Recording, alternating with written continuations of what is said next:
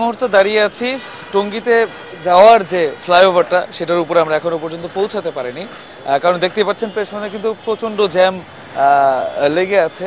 কারণ সংঘর্ষকে কেন্দ্র করে যে যানজট শুরু হয়েছিল সেটা কিন্তু এখনো পর্যন্ত চলছে। আর যেটা জিজ্ঞাসা করলেন যে সংঘর্ষ এখনো চলছে কিনা, আমরা যতটুকু খবর পেয়েছি জানতে পেরেছি যে এখন আর কোনো সংঘর্ষ চলছে না।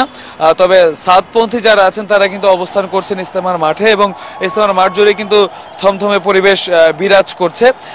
এছাড়া আমরা যতটুকু জেনেছি যে গতকাল রাত ৩টা নাগাদ তুরাগ নদীর পশ্চিম তীর দিয়ে কামারপাড়া ব্রিজ দিয়ে কিন্তু সাতপন্থীরা পূর্ব ঘোষিত সময় অনুযায়ী তারা ইস্তেমার মাঠে প্রবেশ করতে থাকেন, এবং আমরা যতটুকু জেনেছি যে ২০ ডিসেম্বর তাদের ৫ দিনের জোর করার কথা এই ইস্তেমার ময়দানে। এটা নিয়ে কিন্তু জোবাইরপন্থীদেরকে তারা বেশ কয়েকবার খোলা চিঠিও দিয়েছেন। তবে তাদের দাবি সেই চিঠি সদুত্তর না পেয়ে তারা কিন্তু তাদের পূর্ব ঘোষিত সময় অনুযায়ী এই মাঠে অবস্থান করতে আসেন। তবে তারা যখন অবস্থান করতে ঢুকবেন তখনই কিন্তু জোবাইরপন্থীরা আগে থেকে অবস্থান করছিল টঙ্গীর ময়দানে, এবং ইস্তেমার ময়দান থেকে তারা কিন্তু ইট পাটকেল নিক্ষেপ করে, এবং তারা ভেতরে যখন ঢুকে যায় সাতপন্থীরা তখনই কিন্তু সংঘর্ষ বাধে, এবং এতে ৩ জন নিহত হন, এবং দুই পক্ষেরই কিন্তু শতাধিক আহত হয়েছে, গুরুতর আহত রয়েছে এর মধ্যে।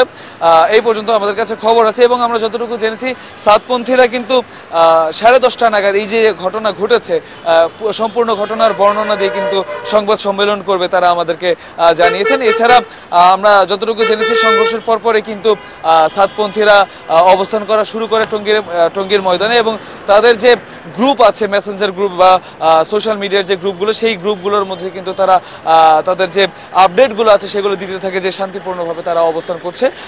সর্বশেষ খবর যেটা বলা যায় যে এখন কিন্তু আর সেই সংঘর্ষ নেই, তবে টঙ্গী ইস্তেমা মাঠ জুড়ে কিন্তু এখন থমথমে পরিবেশ বিরাজ করছে।